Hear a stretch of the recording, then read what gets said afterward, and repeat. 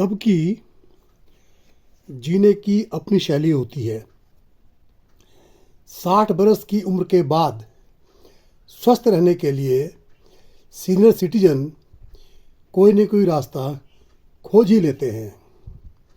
60 बरस बाद जब शरीर कमज़ोर होने लगता है, बीमारियां घेरने लगती हैं, सामाजिक रिश्ते कमज़ोर होने लगते हैं, ऐसे में शूरवीर जी ने यात्राओं को अपनी ज़िंदगी का मकसद बनाया। हमने उनसे कुछ सवाल पूछे ताकि उनकी जीवन यात्रा के बारे में हमें जानकारी मिल सके। उन्होंने बताया, ज़िंदगी में एक इच्छा थी कि मैं अपने आसपास की दुनिया को करीब से देखूं, परंतु नौकरी के कालखंड में कहीं आने जाने का अवसर ही नहीं मिला। नौकरी ऐसी थी कि कहीं ट्रांसफ़र भी नहीं हो सकता था।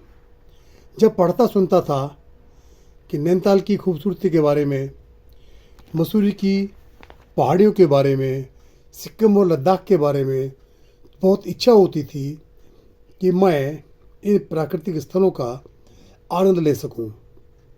वहाँ के भूगोल, इतिहास, सामाजिक और सांस्कृतिक ताने बाने को करीब से समझ सकूं और देख सकूं।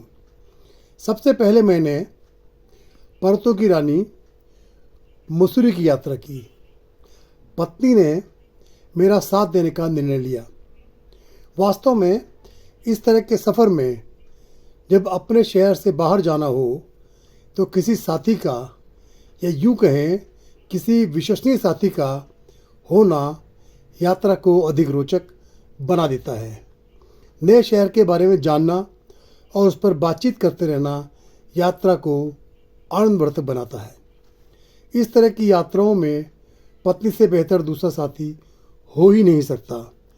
परंतु यह भी सच है कि पारिवारिक परिस्थितियों के कारण यह हमेशा संभव भी नहीं हो पाता।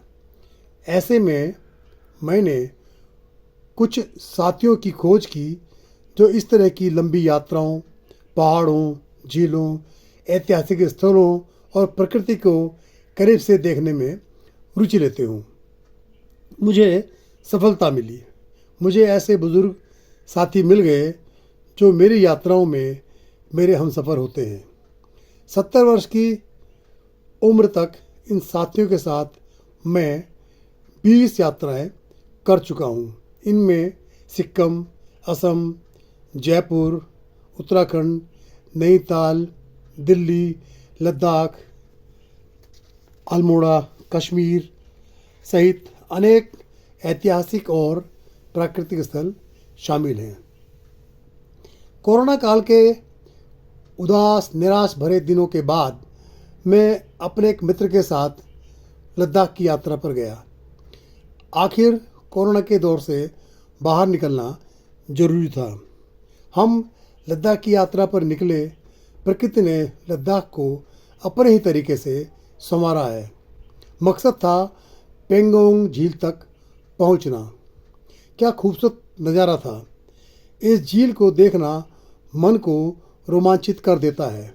साफ सुथरा पानी, पानी को चखा तो हल्का नमकीन था। इतनी ऊंचाई पर इतनी बड़ी झील के प्रत्यक्ष दर्शन सच में अद्भुत यात्रा थी। यह अनुभव कभी भुलाए नहीं जा सकते।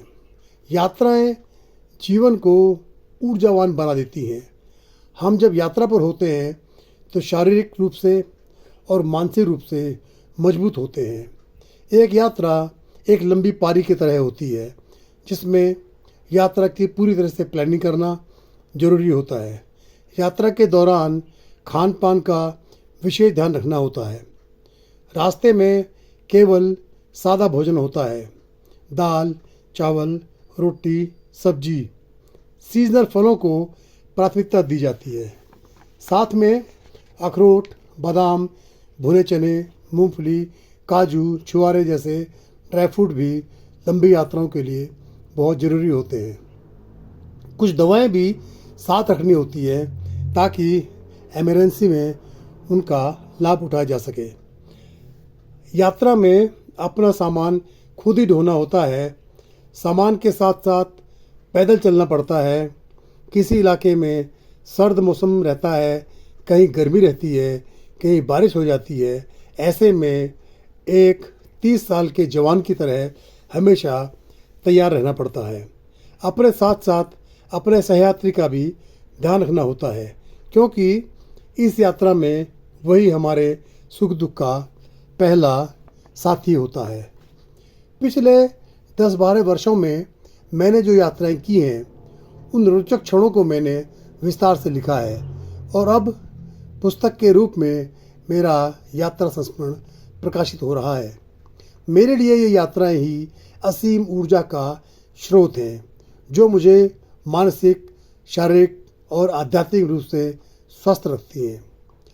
इससे साथ साथ सुबह का घूमना, शाम को अपने मित्रों के यहाँ जाना, कभी अपने मित्रों को अपने यहाँ चाय पर बुलाना जारी रहता है, ताकि समाज के साथ एक रिश्ता नाता बना रहे।